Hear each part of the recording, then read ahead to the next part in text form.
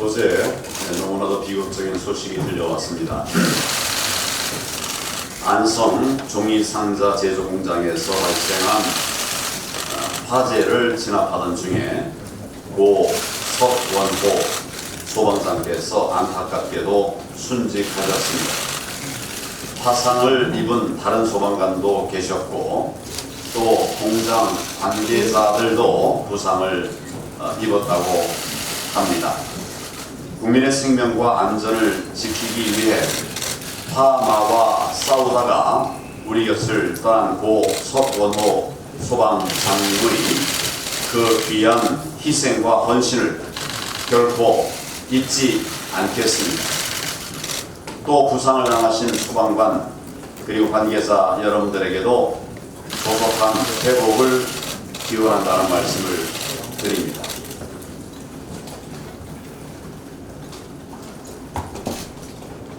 북한이 어제 또다시 미사일을 발사했습니다.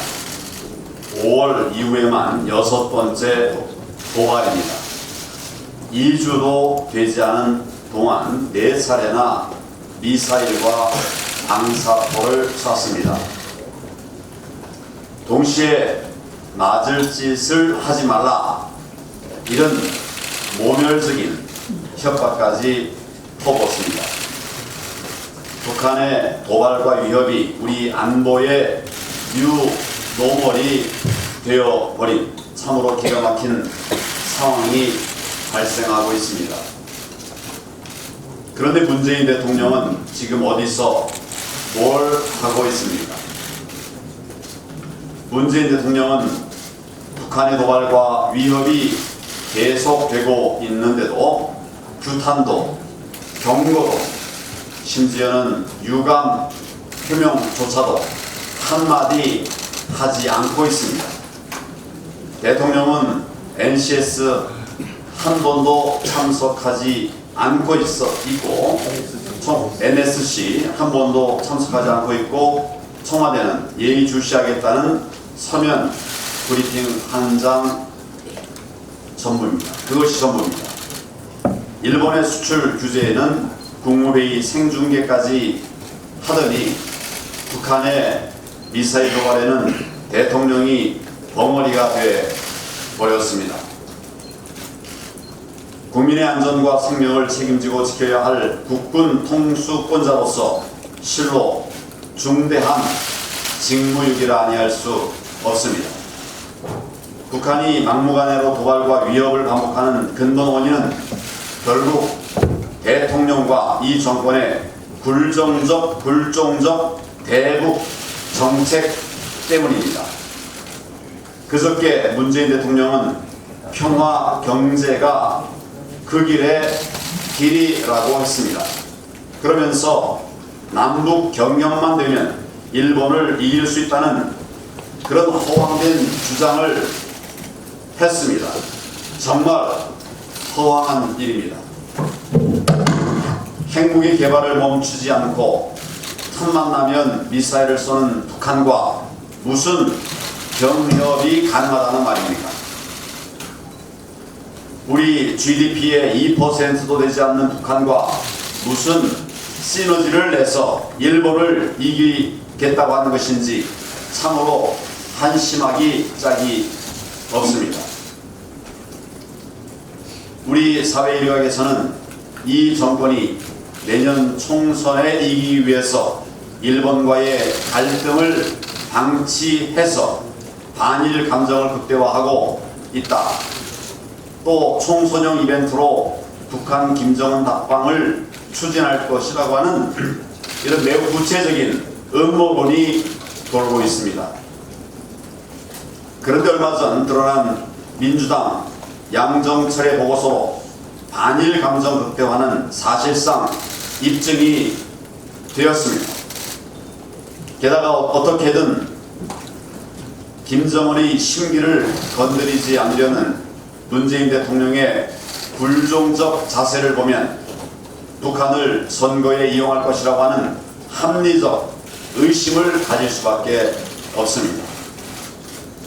우리 경제와 안보를 모두 무너뜨리더라도 오로지 선거만 이기면 된다는 만국적 발상이 아닙니까?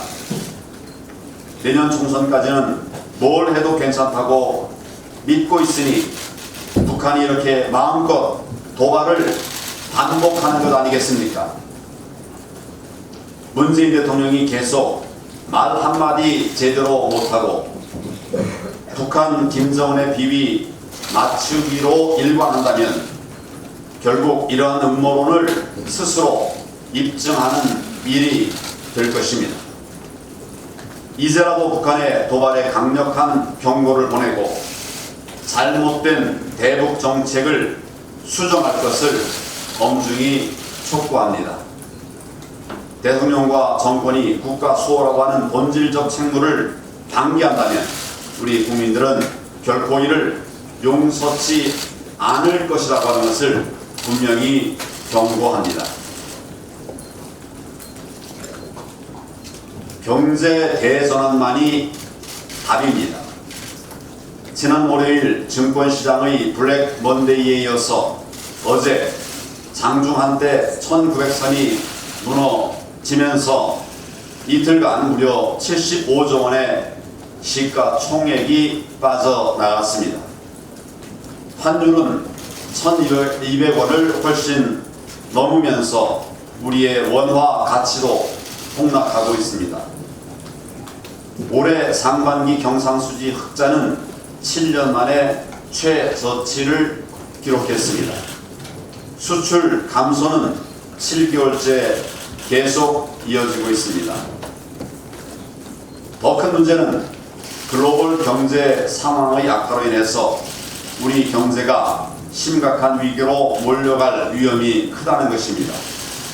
미국이 중국을 환율 조작국으로 지정하면서 우리의 대중국 무역도 상당한 충격을 받을 수밖에 없습니다. 우리나라도 환율 관찰국 명단에 들어가 있기 때문에 환율이 폭락해도 정부가 개입하기도 어려운 상황입니다. 실물 경제의 위기에 이어서 금융 위기까지 닥쳐오고 있는 것입니다. 지금 글로벌 경제 전문가들은 문재인 정권의 경제 정책에 대해 줄지어 사형 선고를 내리고 있는 꼴입니다.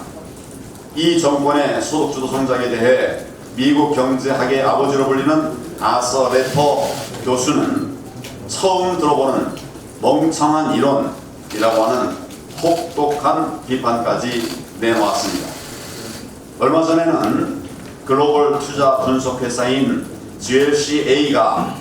CLSA가 문재인 정권의 반자본주의 정책으로 한국 증시가 붕괴되고 있다는 보고서를 내기도 했습니다. 그런데도 문재인 정권은 잘못된 정책을 바로잡기는커녕 국민의 눈과 귀를 가리기에만 바쁜 모양입니다. 증시 폭락으로 개미 투자자들의 지갑이 털리고 있는데도 금융당국은 문제 없다는 말만 반복하고 있습니다.